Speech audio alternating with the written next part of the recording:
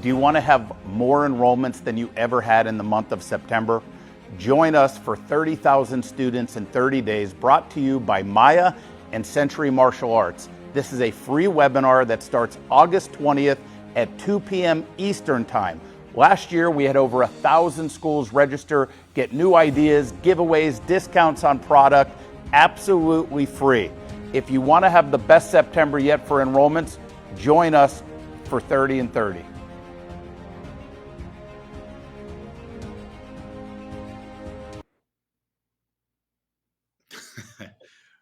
Hello, Mr. Shane. Hello, Mr. Michael. How are you? I'm good. How are you? Finally, guys, for those of you just tuning in, we apologize. Part of our MO, part of our shtick of a Mets Tassel show is to have technical difficulties for the first 8 minutes, and then we like to make our entrance. Thank you. Shout out to Brian.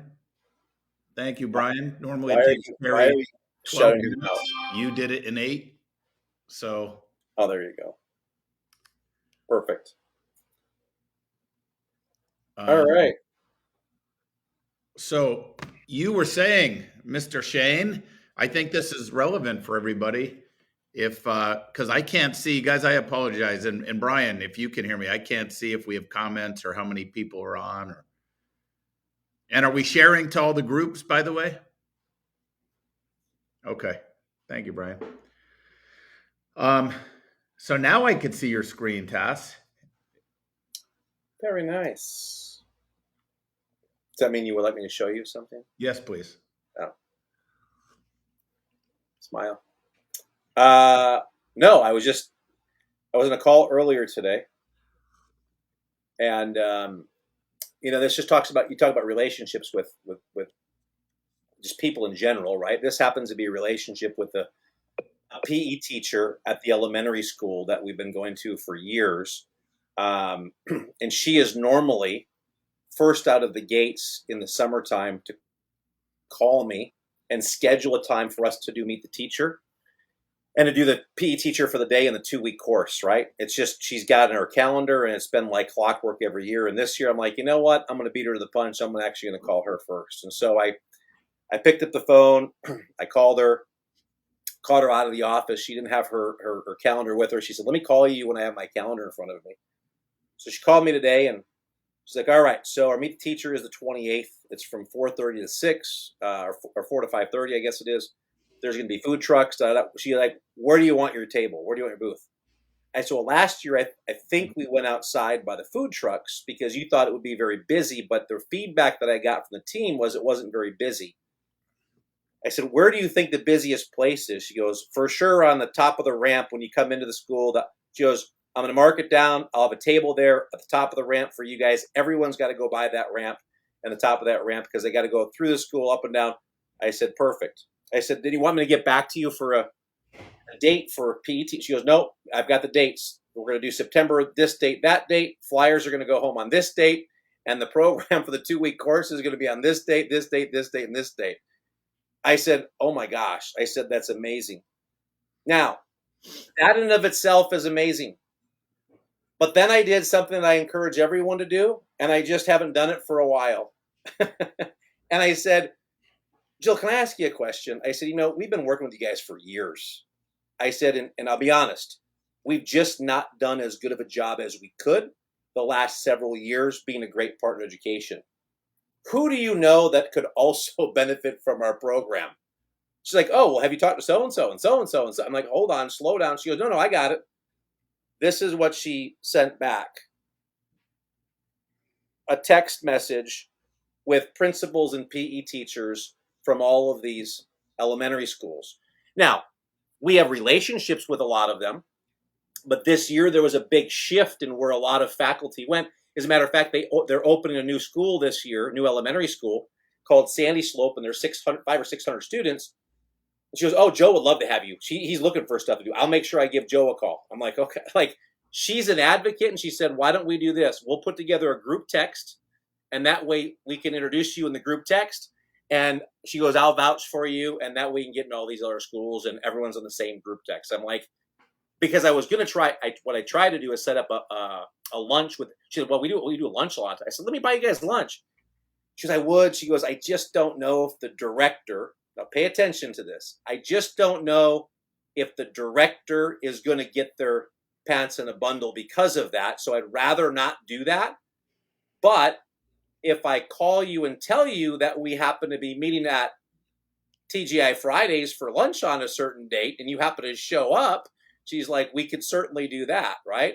I said, look, my idea for having lunch is just to say thank you to everybody, meet everyone face to face, have a little FaceTime, buy everybody lunch, appreciate, just show our appreciation and gratitude. She goes, no, I totally get it.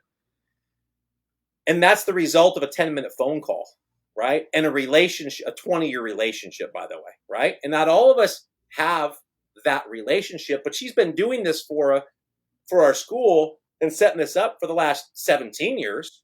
So even in the first few years of the relationship, she's been going above and beyond. But there's power in asking whether it's your existing students when they enroll, if there's anybody that they think could benefit from your program, or if you're working, in this case, we're working with a school system on, is there anybody else that you think could benefit from our program? And that's what she gave back to us. So I thought it was amazing. Yeah, that's huge, and I think that's gold for people who really paid attention, because it's about relationships. Everybody knows the saying, "It's not what you know, it's who you know," and when you know the right people, it opens doors. Yep. Problem is you got to know what to do once you go through those doors, right? And so for anybody watching right now, we, along with Century Martial Arts, we're going to be doing the 30,000 students in 30 days again, starting next Wednesday, August 20th at 2 p.m. Eastern time. I think it's 2 p.m. Eastern time. There's a link, or you can learn more about it. We'll put a link, but it's free. There's no cost. We did this last year and we had over 1,000 martial arts schools register. Now, here's what I would say to some of you. Some of you just don't like listening to other people, or you don't like me, or you don't like Century, or you don't like Maya, or whatever it is. But we had over 1,000 schools register last year for this. Do you really want your competitor?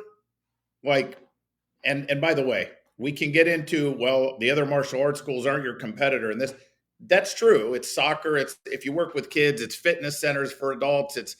But at the end of the day, there is market share, right? And so the reason we do this, and by the way, I'm going to be doing most of this next. By the way, it starts August 20th, and it's like every week all the way through September. But you guys do know that there are schools literally a half a mile, not even a half a mile. There's one right in the neighborhood right here, 2 blocks down. Well, I hope they join too. I hope they join in too, because the mission of this is to help school owners make a bigger impact on the community, right? We want to make an impact. So we're going to be talking about all things new students, on everything we need to do to get new students. Now, we are not launching rockets, right? We're not, people, people always say it's ridiculous that somebody can just go and open a martial arts school, right? That's true. There's no licensing board. There's no requirements. Like, not anybody can just go and open up a surgical center and start doing surgeries on people, right? There's an education you need to get in order to do that. In martial arts, unfortunately, there's not, right? But my point is it's not hard. It's not hard. It's not difficult, but we have to get out of our own way. So there's only X amount of things you can do to recruit new students. The secrets are in the details on how you do those things that will help you get a lot of students. So let me just say this for credibility, and then Tass, I'll throw it to you with your thoughts. But we have 9 locations here in Orlando. Okay, 9 locations. We had one of our locations, that's our newest location, that did not enroll anyone on Saturday. They didn't enroll anyone Saturday. So schools, on Saturday alone, we enrolled 117 new students on 1-year programs. So you could do the math and do 117 divided by 8, and that would give you the average of what we enrolled. But I was also doing seminars this last Friday and Saturday, and we had a gentleman there who's been in our program, said it was when he joined the program that changed everything. And I asked him, what's the most amount of students you've done in a mass enrollment on one day and one Saturday?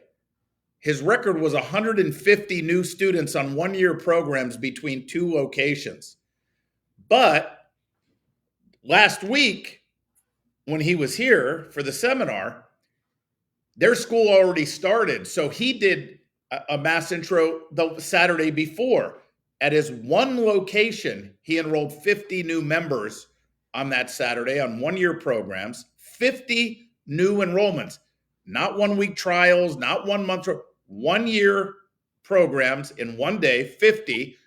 And he said through the week, because he was here Friday, Saturday for the seminars, they had enrolled 5 more of follow-ups. So he was at 55 new students just in that week, 50 of them being on Saturday. Now, somebody said, can you do 1 p.m. Eastern next Wednesday? No. But let me look. Is it 1 or is it 2? I mean, it is whatever it is. Let me see. It's 2 o'clock, sir, but it will, if you register, Brian, I could see Brian. You guys can't see Brian. Is it recorded for the people who are registered? Yeah, it's all recorded. So you could watch it anytime you'd like after we actually do it. But we do 2 o'clock because some of the people on the West Coast, right? Even 2 o'clock's 11 in the morning for their time. And yes, maybe people should get up at 9 a.m. or 10 a.m. So anyway, you'll get access. But my point is I just told you we enrolled 117 between 8 locations, but the gentleman who's in our program, and I'm just keeping him anonymous because I don't know if people like to flaunt that stuff, right? He enrolled 50 in one and 150 between 2 locations is his best, which is better than what we did, right? Can you guys post what's the best you've done in one day with enrollments? Full-fledged enrollments, not trials, full-fledged enrollments. What's your record? And how many schools is that between? I'd love to see it in the chat because I think I'm going to win either way. If somebody says 200, 180, 109, well, then anyone else watching this will know there's some credibility. If you say 3, 2, 1, well, then you need to tune in anyway just to see how to do this stuff. But go ahead, Tass. That's just one example of the details of how to do a mass enrollment. But go ahead. Yeah, listen, I agreed. I mean, you say mass intro, and for those of you that, I think everybody knows at this point what it is, but sometimes people don't know. So a mass intro is an opportunity for you to enroll a large number of students, in our case, onto 12-month or 1-year programs in a day, right? We say in a day because if you go about this, there's a lot of ways to do it, right? But if you have several different mass intro options for people to choose from and times to choose from throughout the course of a day, you schedule a day and you're like, this is what we're going to do them. 11 and 1 and 3 as an example. You might do 3 different ones for the day. And now people have a time to choose. If they don't want to do the morning, they can do the afternoon. And your goal and your mission is to fill those up and then understand the system and how to get them enrolled into your school. And by the way, it is the fastest way to bump your school numbers up, right? To bump up your active. It's the fastest way to do it, right? I had somebody that I just talked to a client, by the way, and they're like, "Yeah, we suck at mass intros." I said, "Well, give me the. What do you mean you suck?" And I'm gonna try and remember the numbers, but it was something like, I forget how many were maybe it was like 20 were scheduled, and they had 4 people that showed up or something, right? And they had 4 people enroll. I said, you don't suck at mass intros. You suck at confirming and getting people to your mass intro, right? Because sometimes we're so hard on ourselves. When's the last time you went 4 for 4 in 1 hour? Like, it doesn't happen. And so sometimes psychologically or mentally we can think, man, I'm getting burnt out. It didn't work. Well, okay. How long does it normally take you to enroll 4 students? And when you enrolled 100% of the people that showed up, just get more people to come. Let's figure that piece of it out, right? So it's all relative. And for those of you that say, well, we don't do 1 year programs, great. Then it's even, you should enroll 120% of the people that show up. I mean, if I'm being honest, right? Because it's even easier if you're doing month-to-month programs. You should do a term, but it's By even the way, just for credibility's sake, I said I was doing seminars last Friday and Saturday. Well, that was a Academy intensive 2-day seminar that everybody watching this, if you saw the ads, could have signed up for it. But the whole reason for that event was not only to go over making sure we have a very strong back to school season and tightening up some systems, but the Saturday morning, because it was Friday, Saturday, they were in one of my schools in our conference room, and they got to watch a mass intro live at that school. Now, Tass, you said it. They had a mass intro at 10, 11:30, I want to say, and 1 or something like that. The one that that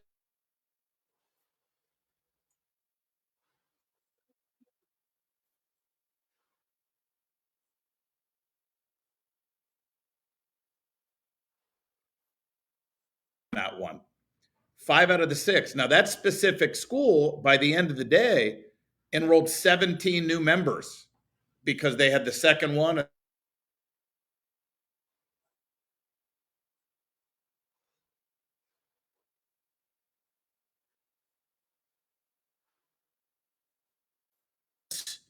In one day, one location. And anybody else, guys? I mean, look, maybe it's 0. There they. well, Matt, let me go back. Let me go back a little bit. I remember. Oh my God, I'm not even going to say the number of years ago because it's going to make me feel old. But the first time that I did this, I actually went into 3 different daycares with the old backpack trick, right? Which tune in, you might win the backpack trick and the deal the next couple days or whenever that starts. And I went into 3 different daycares, did that whole procedure. Long and short of it, we had 8 kids that showed up for the actual, event that we were doing. And out of the 8, it's the first time I did it, 7 of them enrolled. And the reason why the 8th did not enroll is because, like I said, I was at daycares and the kid was 3. I'm like, there's just no way. They wanted to sign up. I'm like, no, I'm not.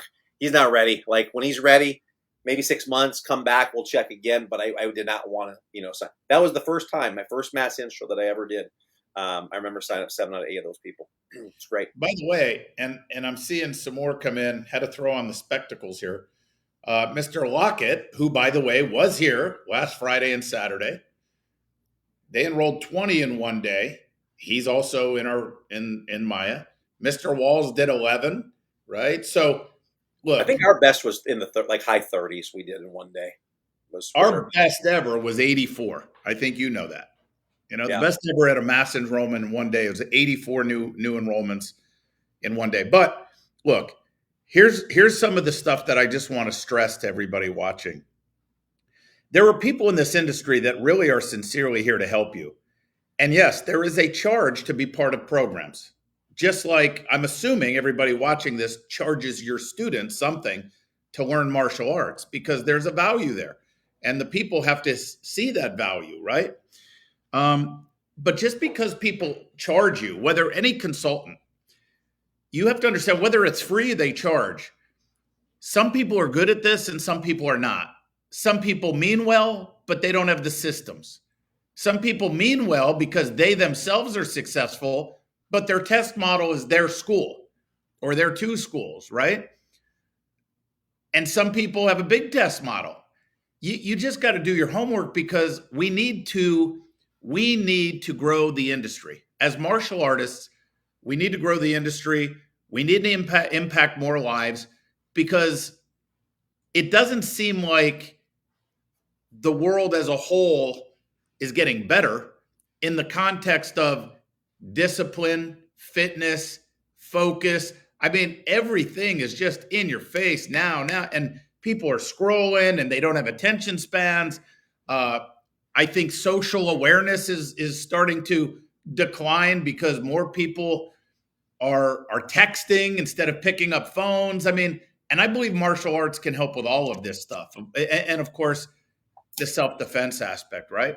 But the thing is we as an industry, we get in our own way and we don't there are, I mean, I get on, I'll scroll through Facebook every now and then, and it's like one after another, somebody saying how they can get you 100 students, or they can do this, or they can do that. And it's just, but that doesn't mean to ignore it. What it means is do your homework, look into it, and find the person that you think can really help you. And always ask, how can they help you? And why do you feel that works? And what's the credibility behind it? Tell me about your school. And there's some metrics, and I would challenge everybody to this watching. The metrics are, if somebody says they're doing 100,000 a month in their location, I say this all the time, right? Even if it's you, is that good or bad? Well, 100,000 a month is good based on the revenue you are generating to take care of you and your family and maybe your staff. That's good. But is it as good as it can be? And the question would be, well, do you do an after school program? And how much do those kids pay? How many kids do you have in an after school program? Because we do not do that. Not that it's bad. I want to say that. We just don't do it. We did it for 15 years, but we got rid of it like 15 years ago or whatever it is. So that's question one. Number two, how much do you charge? How much do you charge for classes, right? And how many students do you have training? Well, if you take the gross that you're grossing per month and you divide that by how many students you have, and you get an answer. You get an average customer value, right? You get an answer. 100,000 divided by 1,000 students is $100 per student average. But if I tell you I'm charging $200 a month and my average is 100, well, we're not doing as good as we can be. That's broken, right? So whatever your base program is, your monthly base program, your value should be much higher than that, right? But then we get in our own way in this industry and we say, well, how do you do that? Then you nickel and dime your people and you're doing this. And that would be incorrect too. So getting new students in your door is one thing. Now, when we enroll 117 new students in one day, you know what our biggest challenge is? Retention. But you know how it's not a challenge anymore and it's not an issue? We have systems to make sure that we don't have an attrition problem with all those people that enrolled on the one day. And there's systems that we're going to go over in the 30,000 students for 30 days, because it's one thing if somebody teaches you how to get a lot of students, but we got to teach you how to keep those students, right? And at the end of the day, there's three things you got to do in your martial arts business. You got to know how to recruit students, maximum efficiency, right? How do you do that efficiently and systematically? You got to be enrolling students. That is the lifeline of your school. You need, every business on the planet needs customers. Without customers, you don't have a business. So we need customers. So you got to recruit, you got to retain, meaning you keep them. Well, how do you keep them? Well, the number one is have a good product or service, have a good value, understand the difference between wants and needs of your customer. And the biggest thing is customer service, right? It has to be more than just come to your class, take class, and be dismissed, right? So you got to retain, but then you got to know how to generate revenue. And you got to know how to generate revenue by creating value to your customer to where they choose to pay for something more, not because they have to. And I always say the disclaimer, if you sign up at my school, don't pay anything extra, but you could get a black belt in your core program. However, if you want to buy more equipment, more uniforms, if you want to get different kinds of training that has nothing to do with your core program, that's up to you as a customer. It's just like giving a menu, right? So there you go. So there's sir, yes. One of my biggest hurdles is he does great at mass intros, but it's keeping them past 2 months. And we're gonna make sure that we cover all of that. But that's just one way, mass enrollments. Go ahead, Tess. Yeah, I think, we've been caught in this world of digital marketing for, I don't know how many years it's been now, maybe 10 years now. And I think for a lot of people, digital marketing still is working very, very well.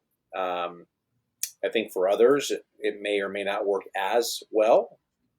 And it's this game, right? It's trying to figure it out, and you have to really look at the data. I mean, I've been where I've had low numbers of leads, and I've been inundated with leads that happen to be, by the way, the wrong people, right?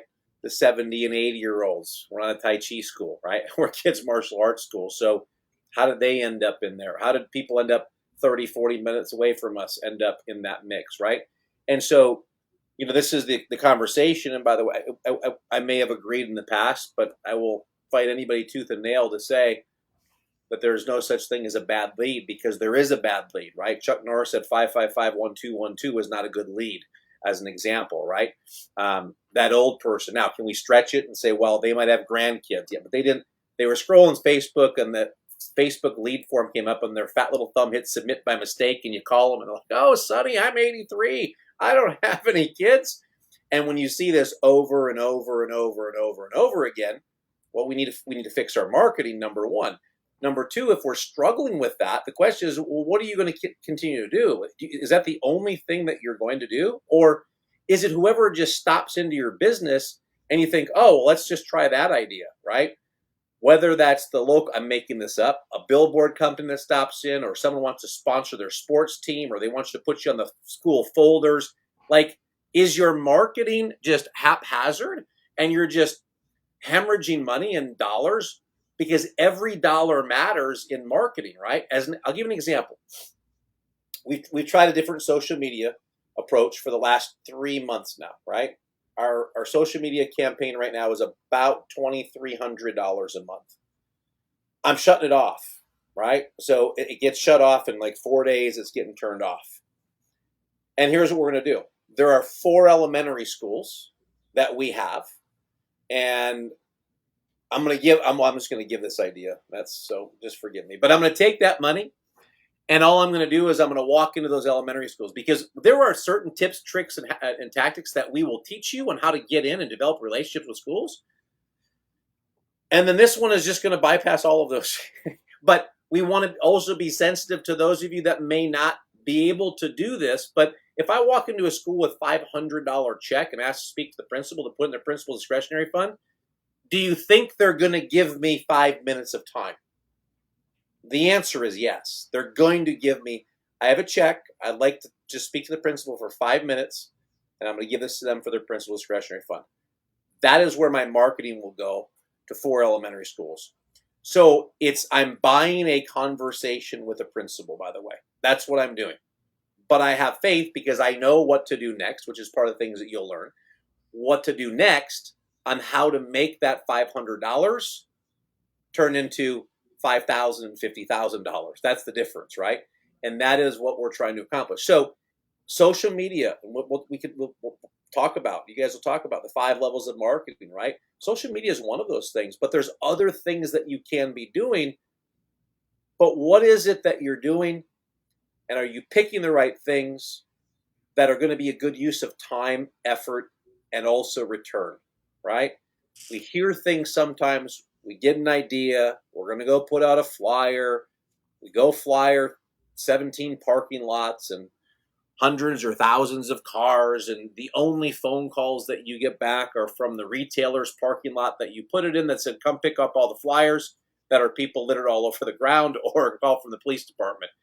Not a great use of time, not a great use of paper. There are better ways and better things to do that are grassroots marketing.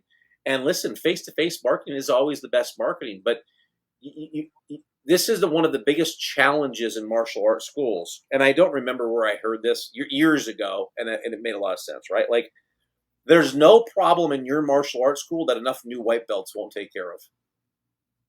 That enough new white belts won't fix. And that's very, very true. There's just very few problems in your school, in your business, that enough new white belts can't help you solve. So what are you doing to go find those new people, right? And the other big thing that we've been talking about lately too, Mets, is this: is well, we're doing that, we're doing this, we're doing that. Okay, great. Where are you at student wise? And I always say this: go to your CRM.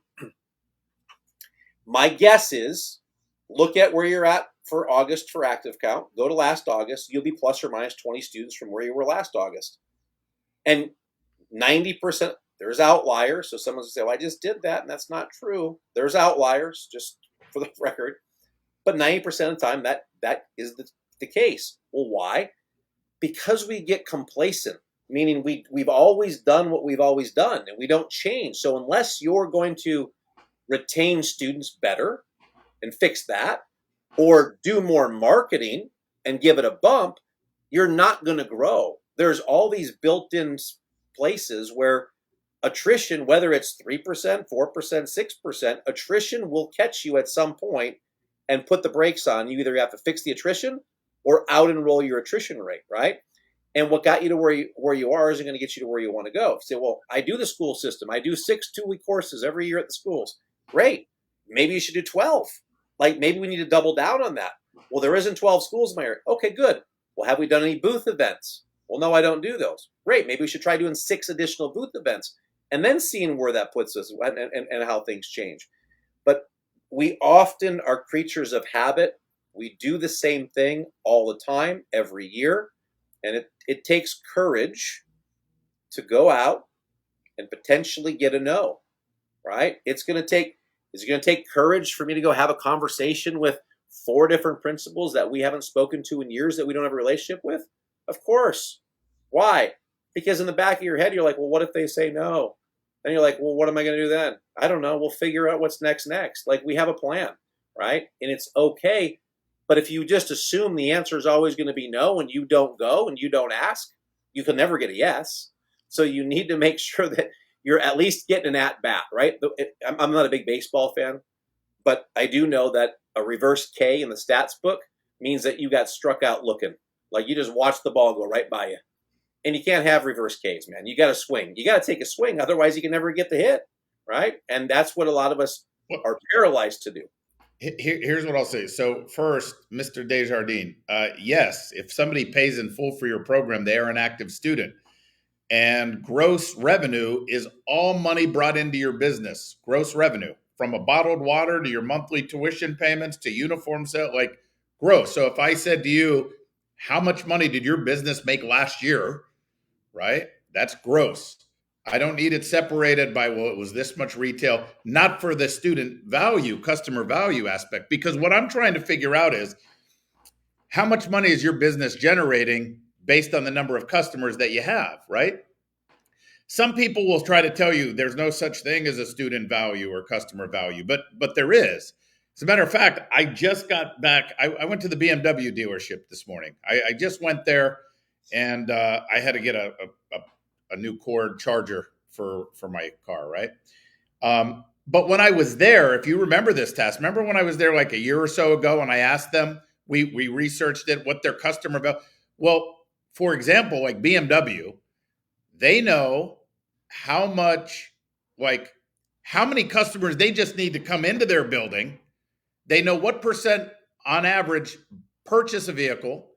Then they know how much each person is worth to them, not just from the purchase of the vehicle, but their service and everything else. Now, some people will say, well, what about the guy who buys a $200,000 car and the guy who brings a $50,000 car? There's an average value of a customer. So if you have 100 students in your school and you grossed whatever you grossed, well, we know that if you had 150 customers in that same school, your gross would be a little more, right? There's an average value per customer. So, by the way, I will also tell you this, Mr. Desjardins, and don't do this, and don't let anyone tell you to do this until we look at your numbers and your stats. But for our basic program, the first 2 family members pay full price in our basic program. So let's say mom and dad sign up their 2 boys or something. The 2 boys are paying full price. Mom and dad can train free in the basic program. Now they got to sign the agreement. They got to be on. They got to make the commitment too. But they're free in our basic program. Well, guess what? They are active students. But even our free family members, for us last year, was $250.36 average student value, based on what we gross divided by the number of students. And that is based on a $169 a month basic program rate. So think about that. We had a 250.36 minus 169. We were $81.36 over what our basic rate is. So if you want to just play with that for a second, take the number of students you have, multiply, well, first, before you do that, take your basic rate, whatever you charge monthly, whether it's 300 or 100, whatever you charge monthly, add $81.36 to it, then multiply it by the number of students that you have, and that's what we grossed last year if we owned your school. Some of you may be better. I doubt it, because the majority of this industry doesn't know how to capitalize on the profit centers and do it in a systematic way. But some of you will be under. Your revenue is actually under than your basic. But it's a number. That is what tells you if somebody is maximizing and systemizing their revenue. And is that the best? No, it's not necessarily the best, but it's a measure, right? It's a measure that we know how to generate revenue besides just getting more students in the door. However, why are we going to start next Wednesday at 2 Eastern? And by the way, after next week, the webinar goes to Tuesdays, every Tuesday. So we start next Wednesday at 2 Eastern, and then it goes to Tuesdays for the rest. But the reason why we're teaching you about new students is because that's what you all focus on the most and want. See, you remember I said at the beginning, you got to know what your customers want and their needs. Well, by the way, if I want to try to help you all, if I want to try to get you into Maya and show you how much we can help your business, number one, you and your family, number two, and then all your team members or future staff members that you don't even have yet, number three. If I want to do that, I got to market here. Let me show you. And that's why you see everybody saying, let me tell you how to get more students, new students, new students. But I'm going to tell you, that's not the hardest part, right? That's just to get you in. And then I'm going to tell you how to retain them, how to maximize revenue, how to do it in a value way, how to do it through customer service. And it has nothing to do with your instruction, with what you teach, right? So real quick, Tass, we have some questions real quick. Sure. Do you have each parent fill out a permission slip when you do school events? We do school events, but they want to do permission slips, and most of them won't let us hand stuff out. Well, that's all through QR codes now. People can register, scan, and it's all done. So yes, in theory, that there's a permission slip. In the olden days, parents would sign up for the course, or we do a PE teacher for a day. But if you're on school campus, that kind of falls over insurance with the school, and then you list the school as an additional insured with your insurance company, so things are handled. And then once I got into the schools, they let us demo during basketball halftime shows, great exposure along with retention for current students. Yeah, great. And Mr. Osborne is on here. Hey. So, yeah. So, and by the way, Roland Osborne, he's another big advocate to just keep trying to grow this industry and professionalize the industry, right? And has great content out there. But having it is one thing. Using it is another. Using it correctly is another. There's three elements here. And so we got to make sure that we're doing the job. But did anybody, and I don't know if anyone's going to comment, did anyone take your basic monthly rate, add $81.36 to it, multiply it by the number of students you have, And are you grossing at least that much? And by the way, you got to take out after school revenue. So if you have an after school program or summer camp, take that out.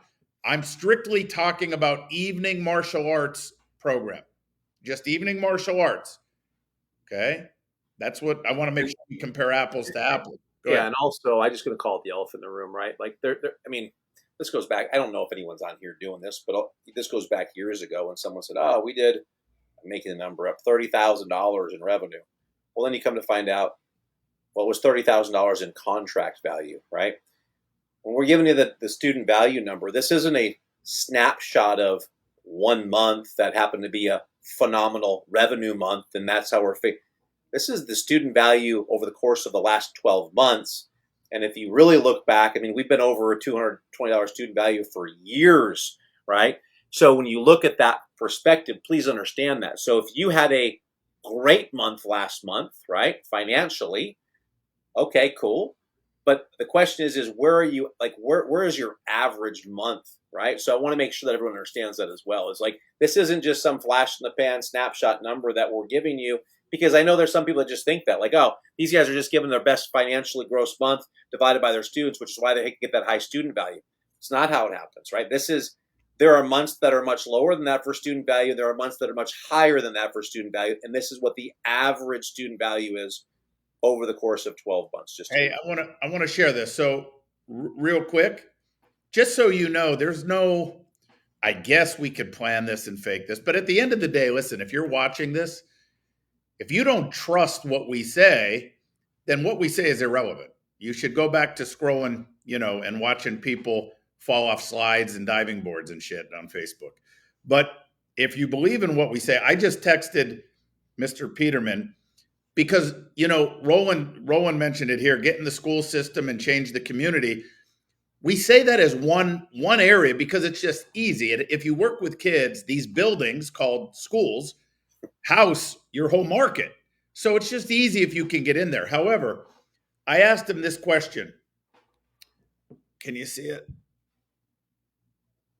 Do you remember how many students we got enrolled from our referral contest?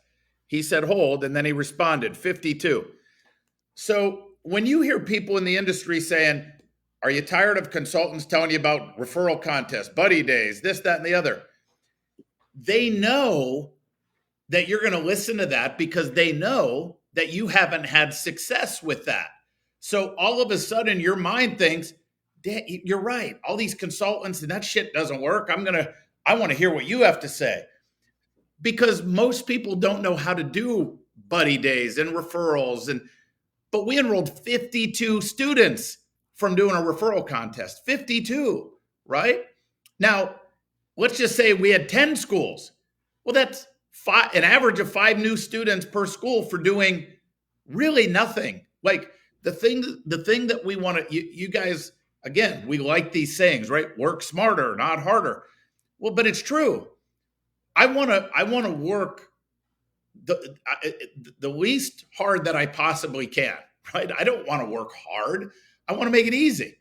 So if we all go through the month, and because I just make an announcement, have a certain display, and hit some details through that month, wouldn't you like to get 5 new enrollments? And I'm using that as an average. We didn't have 10 locations. We had 8 or 9, 8, because I don't even know if our newest school was open yet, but it doesn't matter. My point is you got to fire on all cylinders. And just because something doesn't work for you doesn't mean it doesn't work. If there are other schools that are doing it, you can't say it doesn't work, right? And there you go. Look, I didn't start making 6 figures until I started with Maya. I'm in a small town, 6,000 people, traditional karate school. And I appreciate that, sir, of course, right? Because that's the other thing that we say, well, that doesn't work here. Oh, my town is small. Oh, the poverty level's high, or the unemployment rate. The first thing you got to do if you want to maximize your success is own it and stop making excuses, right? We got to own what we can control. And if you guys tune in for the webinar, here's what's going to happen. So let me tell you what's going to happen. We're going to do this webinar next Wednesday. And we're going to have hundreds and hundreds and hundreds of people on live. Now, we had over 1,000 register last year, but of course, some people had to watch the replays and this, that, and the other. But we're going to start with, I think we started with 600 live or something. But by week 4, it's going to be like 180. What? Why? Right? Because it gets boring, just like a martial arts class. As an instructor, you're like, I don't understand why these people quit. Because it gets repetitive, it gets boring. So we think we know, or we're bored, so we're going to sign off. But my question to you would be, the 180 people, or the people that stay to the end, do you think that increases their chances of success or maximizing their business, or decreases their chances? Well, you guys, you know the answer. It doesn't decrease it. It can only increase it.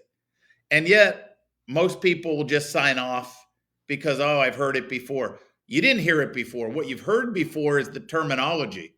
You've heard about booths or referrals or enrollment systems or the 4 steps of selling or buddy days or master. You heard that, but it's the definition and the details that you've missed.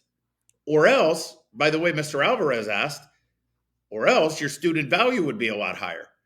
And Mr. Alvarez, basically just take gross revenue, your average gross revenue, not your best month, not your worst month, average gross revenue divided by your average active count, and that gives you an average customer value. That's it. Now, if you want to see and compare it to what my team has done, take your basic program rate. We charge $150 a month. Great. Take that, add $81.36 to the $150 or whatever your basic program rate is.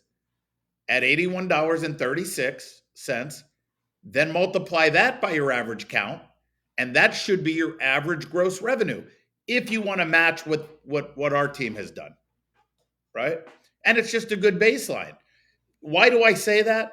Because I already know the answer. Most of you are going to be like, all right, I'm nowhere near that. I know that.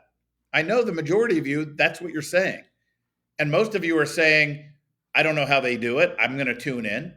And I also know some of you are saying they nickel and dime people. They have to. I don't know how they're doing it. You know, I mean, everybody like makes their own truths, but some people let their guard down and say, well, like I didn't start making 6 figures till I started with Maya in a small town of 6,000 people.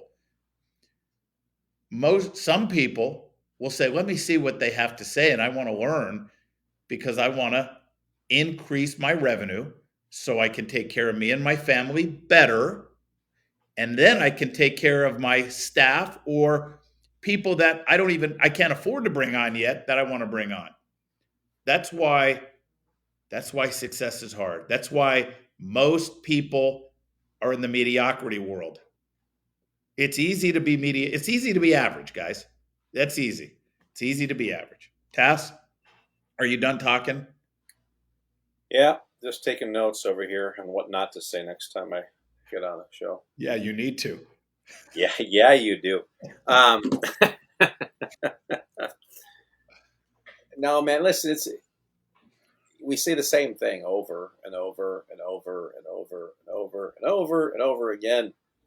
And your belief systems are whatever your belief systems are until you allow somebody else to change them. And it's a choice, man. It's decisions. It's what do you want to do? Do you want to stay doing what you're doing? And if you do, there's nothing wrong with that. But then you don't get to complain about. What's that? Yeah, there is. Yeah, there it is. You're being nice. But then you don't get the you don't have the right to complain about it. What I mean by the way, is making the number up. It doesn't matter what level you're at. If you're at 50 students or 500 students or 5,000 students, right? I'm good. Okay. Well, then don't complain about it's just so hard to enroll students today, or I want to enroll more students. Then don't complain about it. If you want to fix it, you got to dig in. You got to figure it out. You got to go do it, and you got to put in the work. You got to put in the time. I'm sorry, you just tuned in. Can you say that? Sure, no problem. We'll say the whole thing. It's called rewatch the replay. That's what Ross. And it is. I understand, because I think most of us, I think it's human nature.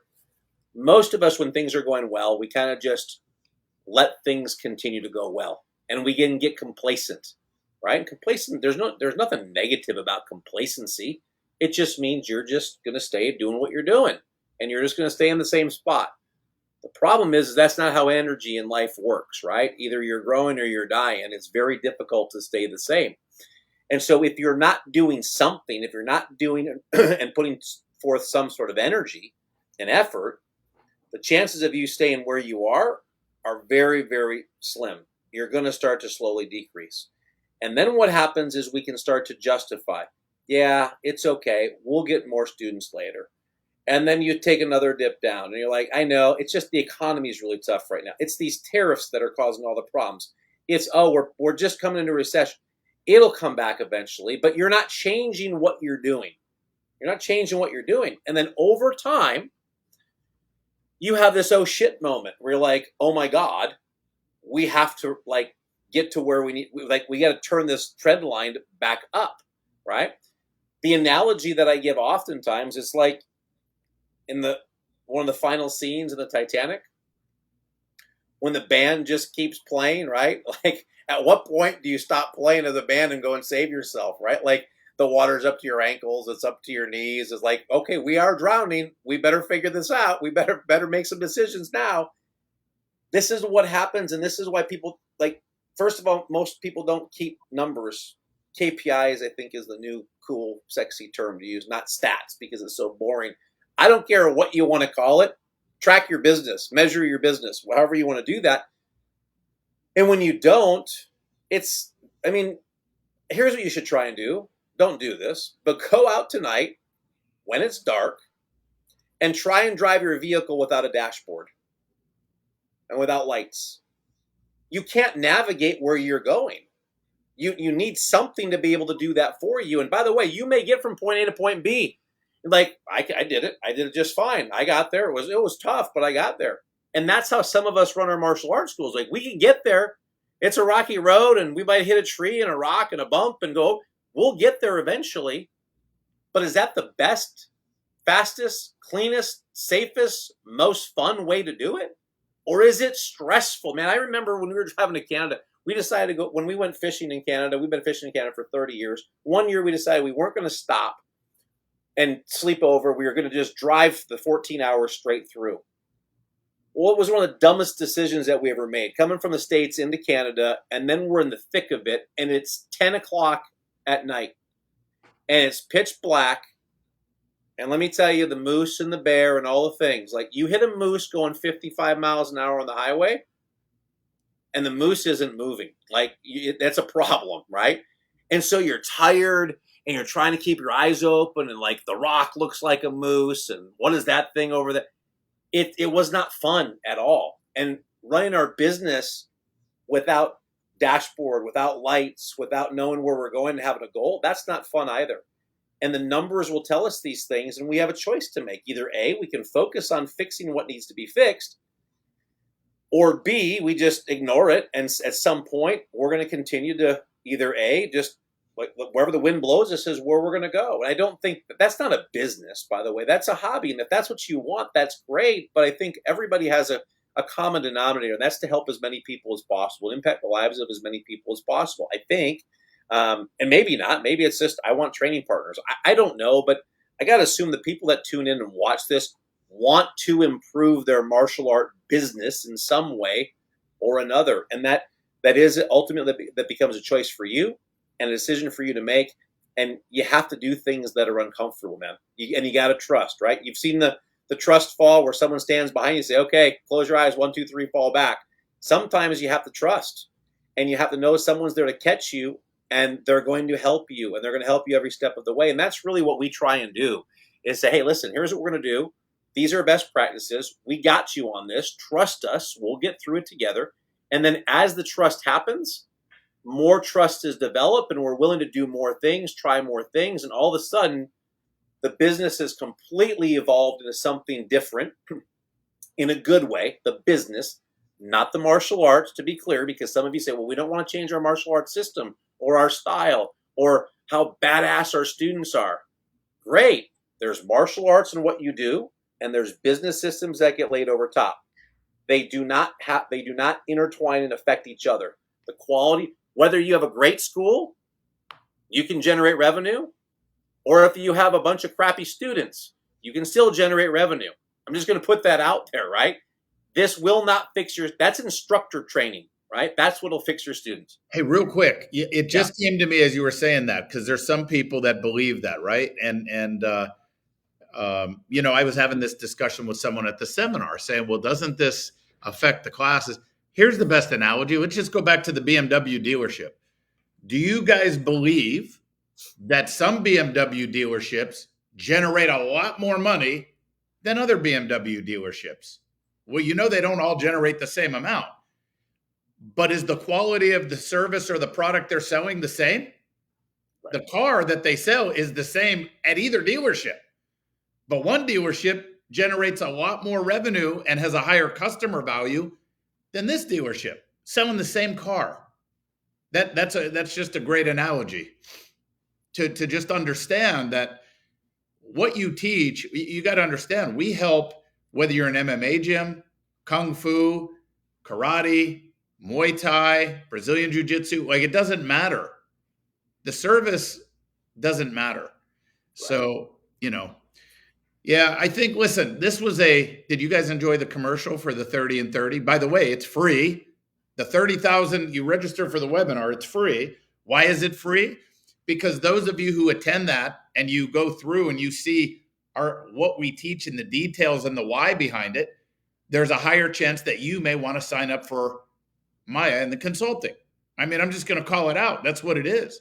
But if you don't, of course you won't. But if you do, how do I impact more people? I can't say, hey guys, trust me. You should join Maya. Call me. Because we've said call me 1,000,000 times on here.